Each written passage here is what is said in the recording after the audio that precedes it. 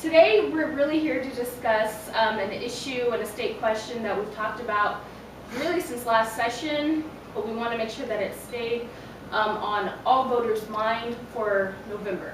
In November 2012 election, Oklahomans will be voting on the state question 759, which essentially is a ban on equal opportunity programs. So today we have speakers that will discuss really why COHRA and many other organizations are opposing state question 759, as well as a resolution we hope all Oklahomans, organizations, individuals, house of worships will sign to help us oppose state question 759. Today speaking, we have Nathaniel Batchelder, who is the chair of COHRA, who's also with the Peace House.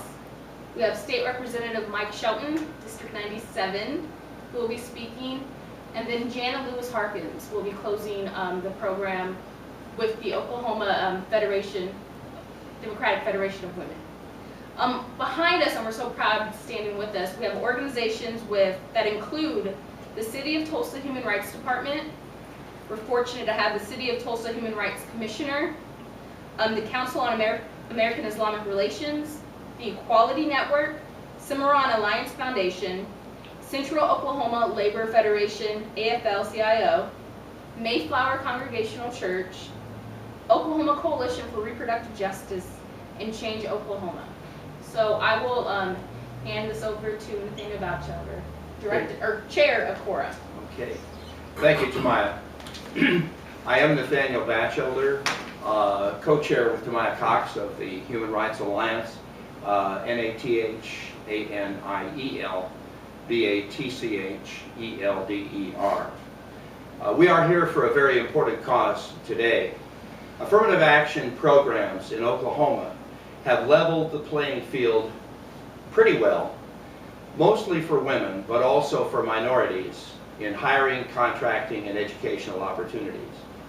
All of these programs are voluntary. That is, there's no mandate or quotas in Oklahoma's affirmative action policies. And still they have a bad name, and so the legislature has put on the ballot for November 2012 State Question 759. And what that would do is reverse or repeal affirmative action policies in Oklahoma. In other states where this has happened, things have gone backwards, mostly for women, but also for minorities. So we want to prevent that from happening and encourage people to vote no on State Question 759. What the Human Rights Alliance has done is to prepare a resolution. We will circulate this, we will have it on our website, we will mail it out to people, and as Tamaya was saying, we hope that churches, civic groups, organizations, houses of worship will take this to their board, look it over, sign it officially, and send it back to the Human Rights Alliance. So we'll have a list of organizations and houses of worship that are recommending that their members vote no on State Question 759. Proud to be here, and I will pass the microphone to Representative Shelton. First of all, good afternoon. I want to say that I'm a member of this 53rd legislature of the state of Oklahoma, where State Question 759 came out of. And 2 years ago, the same group, Ward Connolly in 2008, about 2008, tried the same thing. I guess what I'm trying to lead to is what I'm tired of is outside groups trying to come inside of Oklahoma and tell us what's good for Oklahoma.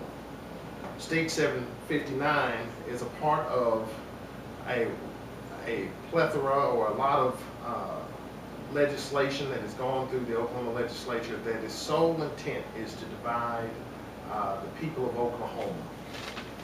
And I just want to say that we must stop doing that. We must work to build. We need to work to encourage each other. We must work to encourage and build Oklahoma. And we encourage and build Oklahoma by first, we need to stop and vote no on this State Question 759. But we need to learn to pass legislation that is beneficial to all people. our legislature needs a good talking to, and we need to be redirected to ensure that the legislation that we are promoting in the state of Oklahoma is lifting all Oklahomans and not tearing us down and not tearing us apart. That's the best of Oklahoma when we are working together towards a common cause. I'm going to be working with the people that you see and more to defeat State Question 759. Amen. Right on.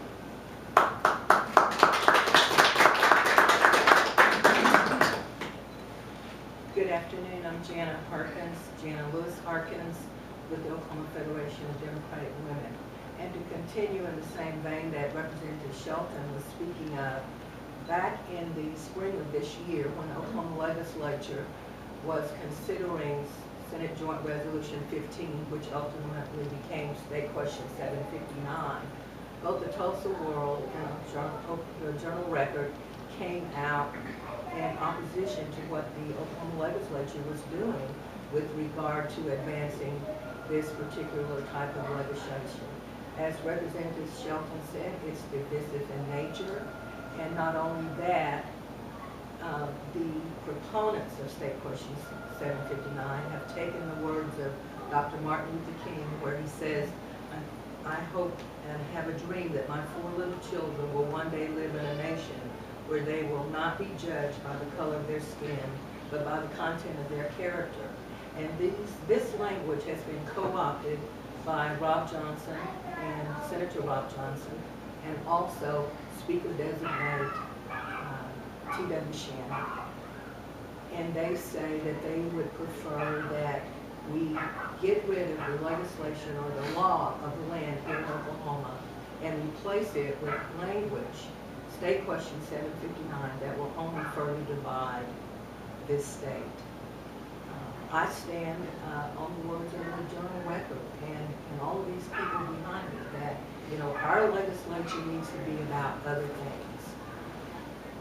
We're calling, as Batch and Tamaya, Representative Shelton has said, on all of us. This is a joint effort that we need to take on to ensure that Oklahoma is a better place for our children, and in my case, my grandchildren. Earlier this week, I had the opportunity to attend a program at the Oklahoma History Center that dealt with a celebration of human rights in Oklahoma. I am certainly happy that there was no discussion of Senate Joint Resolution 15, which I might add was under cover of darkness added to the schedule for legislation to be brought forth to the 53rd legislature. In December of last year, there was no such thing as Senate Joint Resolution 15. There was no intent for State Question 759, except there was a website. There was a website that did not have any number, no language. But as Representative Shelton has said, it is because of the outside influences that want to keep us backwards here in the state of Oklahoma. So we're calling on all of our organizations, our women's groups, our churches. It is so very important that we come together and defeat State Question 759. And I would like to end with another quote from the Reverend Dr. Martin Luther King.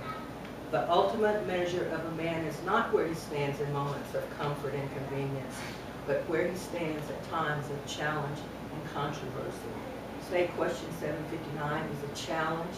It is a controversy that is raising its ugly head in this state, and we urge you to defeat it. Thank you. Right on.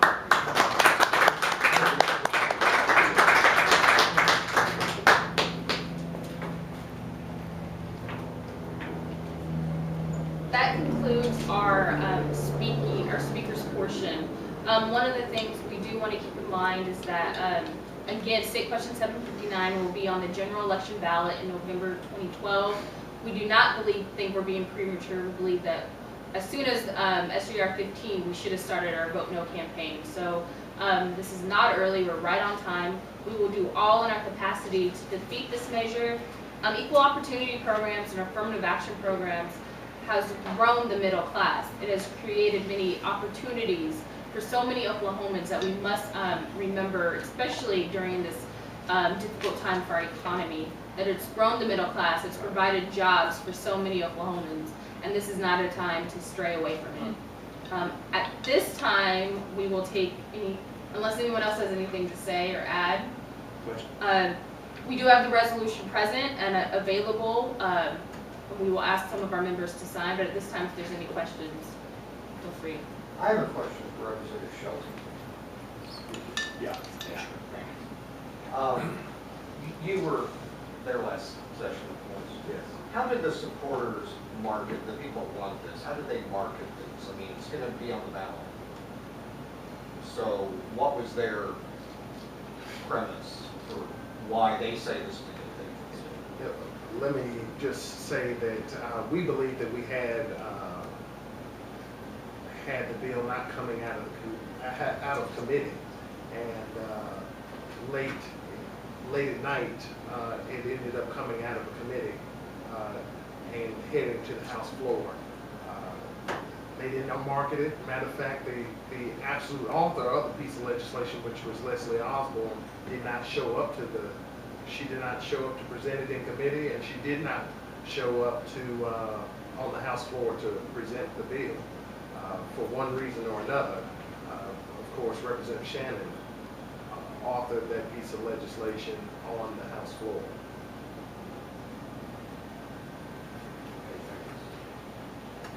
I would like to just add to your question.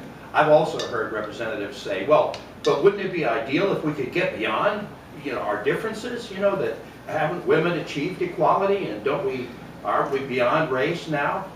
I think that's absurd. I mean, the statistics show that although improvements have been made, and because of civil rights action and affirmative action and equal opportunity programs, the goal has not been achieved. Women are still not receiving the same treatment as men or the same salaries in many professions. And I think if you ask anybody representing a minority, they can say, well, we know that we're not there yet. So it's not time to reverse and repeal this legislation. It's time to vote no on State Question 759. I'd like to say something. I'm Leslie Perkel.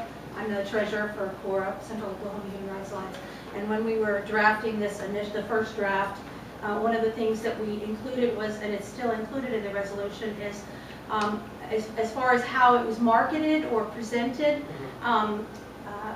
the legislature used the wording preferred treatment to refer to the Oklahoma affirmative action policy towards women and minorities. And so they misleadingly twisted the goal of affirmative action by implying or basically asserting that it gives preferred treatment over any other group, and that is patently false. Affirmative action does not give preferred treatment to anyone. It ensures that there is a level playing field, so that those who don't have a voice have a voice, so that they have an equal opportunity to be considered when it's time for contracts or jobs. And I just wanted to point that out. That's the approach that the legislature used. Could you spell your last name? P-E-R-K-E-L. And let me just say this. Yeah. And of course, I didn't understand exactly what their question was, but it's what they said. And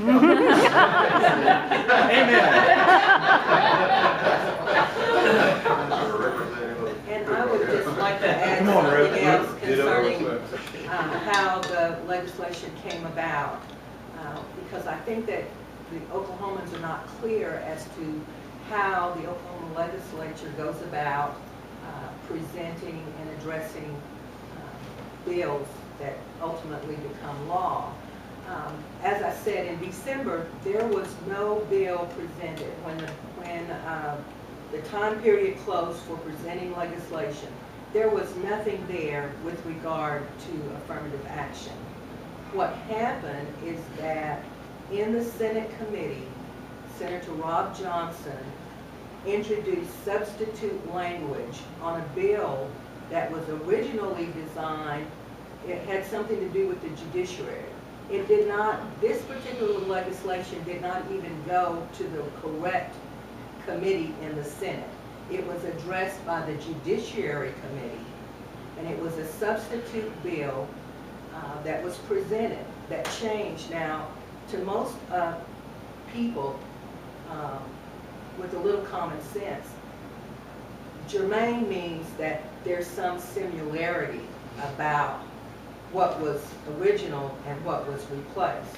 That was not the case. As I said, this was about a judiciary, the number of people, I can't remember, was it the number of people on the Judiciary Committee or the number of judges that could do something. And he completely took that language out and replaced it with the language, Senate Joint Resolution 15, same number, but the total intent was different.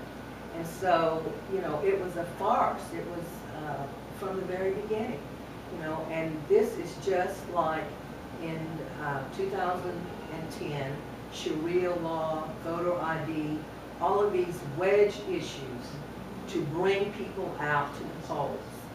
People who, unfortunately, will think that State Question 759 is actually reaching further than what it is. That will think that this will apply to private industry, that it will apply to all employers, all contracts, which is not true. But this is the type of people that they are hoping, this is how they have sold the language of State Question 759. Thank you. Can I say one more thing? I think Arnold has a Oh, Well, well, actually, she answered my question. That's exactly where I was going to head, so we're on the same page. wasn't Thank you. But I just have to say this. It's really time to hold our legislators accountable for their behavior. This is just another example, as you said, of misleading, twisting, and using a situation to their advantage. Affirmative action is not a partisan issue. Everybody needs a job. I don't care if you're a Republican woman or a Democrat woman or a liberal or someone who's not affiliated with a party. Whatever race or minority you are, I don't care what political party you belong to. Everyone should be given the same opportunity to work and to have the same fair treatment in the state of Oklahoma. This is not a partisan issue.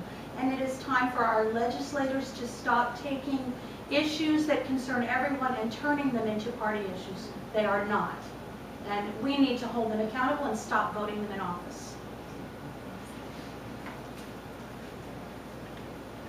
Any additional comments? Yeah, this is for Ms. Cox or perhaps Representative Shelton, whichever wants to take it. The legislature put this to a vote of the people. Was that a considered decision? Was that not an option because of something to do with the way it amends the law?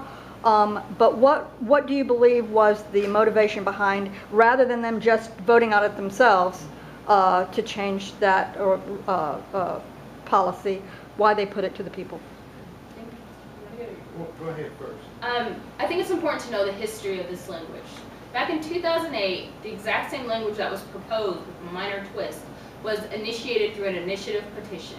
So a number of signatures had to be collected before it could get on the ballot. The ACLU and the NAACP Legal Defense Fund were able to challenge it legally for insufficient valid signatures. And then now we see it through referendum, where we don't have that same challenge that we had before present. It's a constitutional amendment, so it's going to change our already long constitution. I believe, the ACLU believes and COHRA believes that the reason is an easy out for legislators.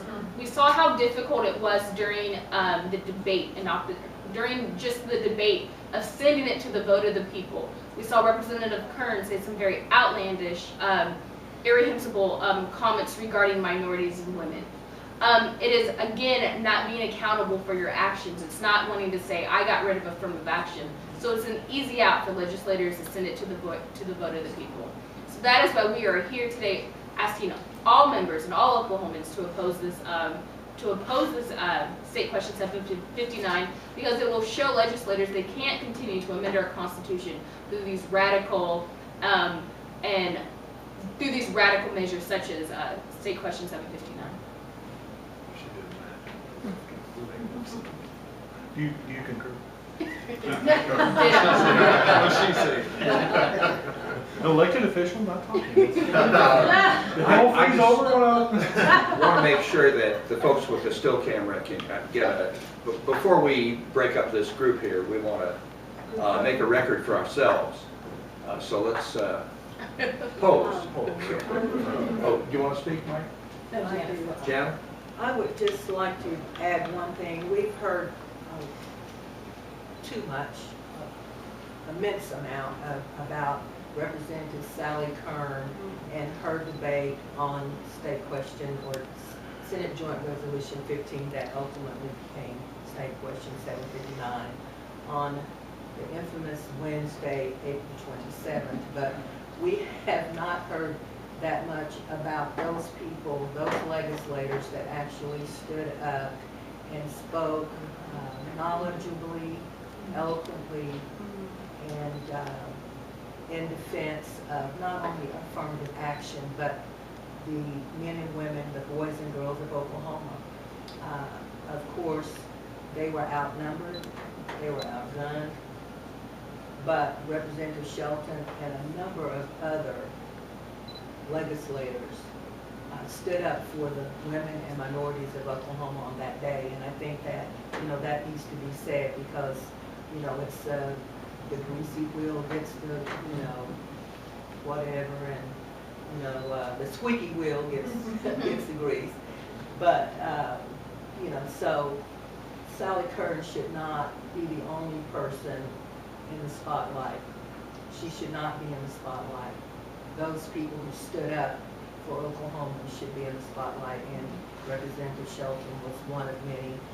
Representative Rebecca Hamilton, I will not forget her remarks about the young girl that was a page and how she wanted to leave the page program that week because people looked through her. And I can tell you as a almost 60-year-old African-American woman that many, many times people have looked through me. And as a result, there have been positions, jobs, and other things that I have been denied because of people and their prejudices. And so affirmative action programs, the opportunity for equal opportunity is so very, very important. And we cannot stress too much how it is incumbent upon all of us. And we call on, if you are a leader and consider yourselves a leader, whether it's a religious leader, a woman's group, a man's group, we need your help.